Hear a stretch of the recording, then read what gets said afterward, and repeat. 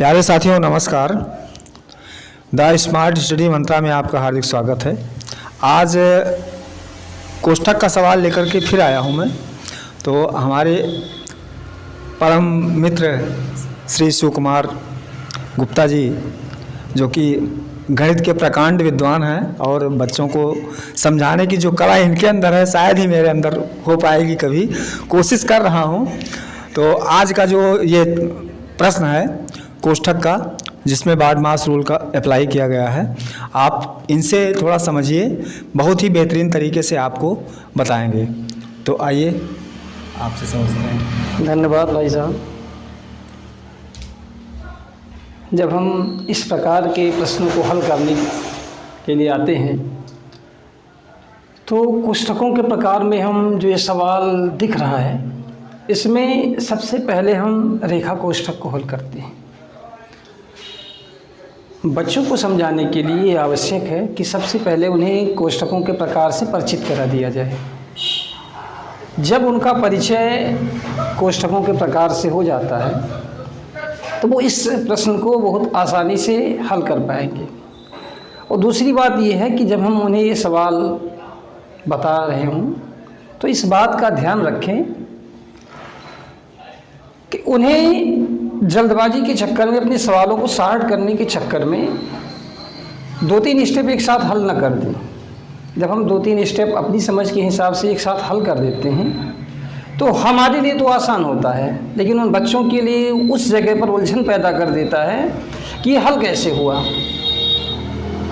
तो इसलिए हम लोगों को ये कोशिश करनी चाहिए कि हम अपने बच्चों को जब कक्षा में पढ़ा रहे हों तो एक एक स्टेप क्लियर करते हुए तब चलें, भले ही थोड़ा समय लगे।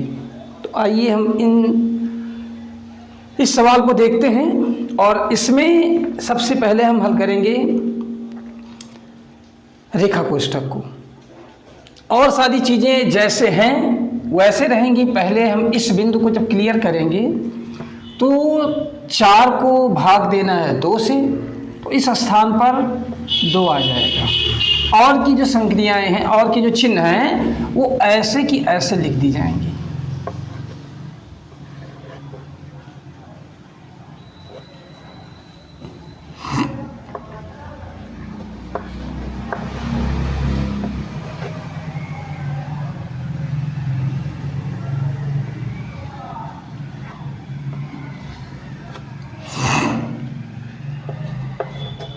+5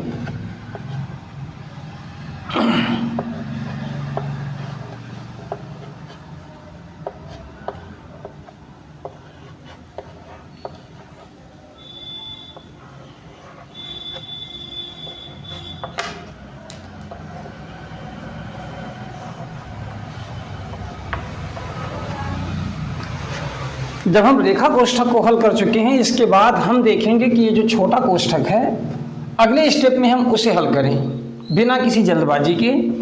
जब हम 3 में से 1 को घटाते हैं तो हमारा उत्तर आता है 2, और 2 आने के बाद एक कोष्ठक अपने आप समाप्त हो जाता है। और फिर हम ऐसे छोटे कोष्ठक को समाप्त करके मझले कोष्ठक को लिख देते हैं।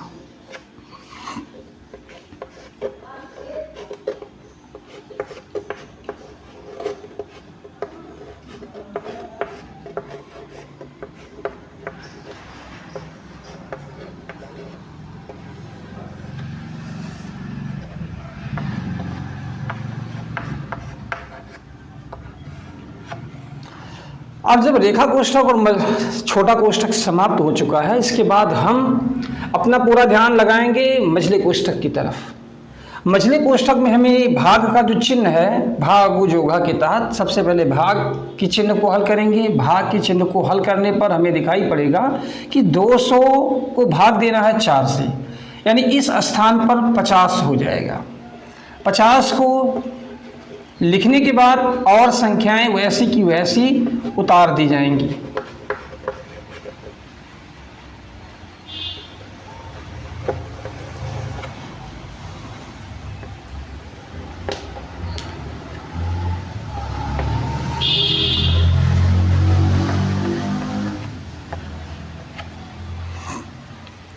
भाग समाप्त हो गए मझले कोष्ठक के अंदर।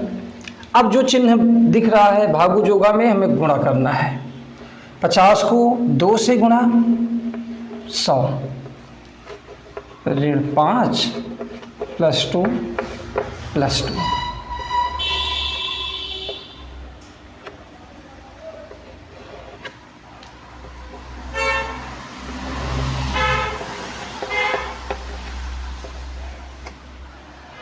अब धनात्मक संख्याओं को हम इकट्ठा कर लेंगे। 2 और 2 जोड़ करके 4 और 4 को 100 में जोड़ देंगे, या फिर बच्चों को समझाने के लिए हम ऐसा भी कर सकते हैं कि एक स्टेप और बढ़ा दें। 100 ऋण 5 प्लस 4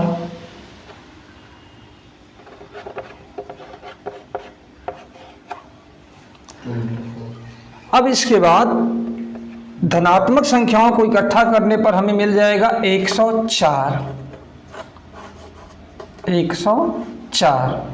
और 104 ऋण 5 हो गया।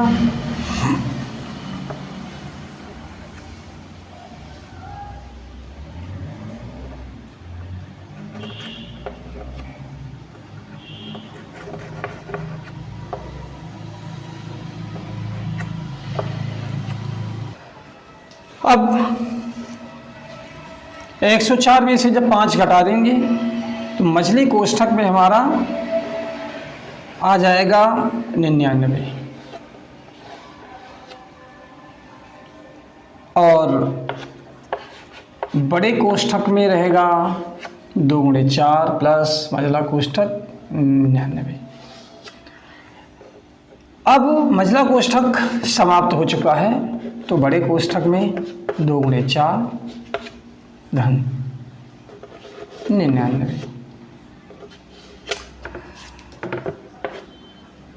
2 को 4 से गुणा 8 धन 99। अब 99 में 8 जोड़ करके आ जाएगा 107 107 और मछली कोष्ठक को समाप्त करने के बाद अब बड़े कोष्ठक का भी हमने हल निकाल करके 107 कर दिया। तो प्यारे बच्चों, ये वीडियो आपको कैसी लगी, समझाने का तरीका श्री गुप्ता जी का कैसा था, ज़रूर कमेंट कीजिएगा और वीडियो को लाइक कीजिए, शेयर कीजिए। तो फिर मिलते हैं किसी अगले प्रश्न के साथ नए वीडियो में। तब तक के लिए नमस्कार, जय हिंद, जय भारत।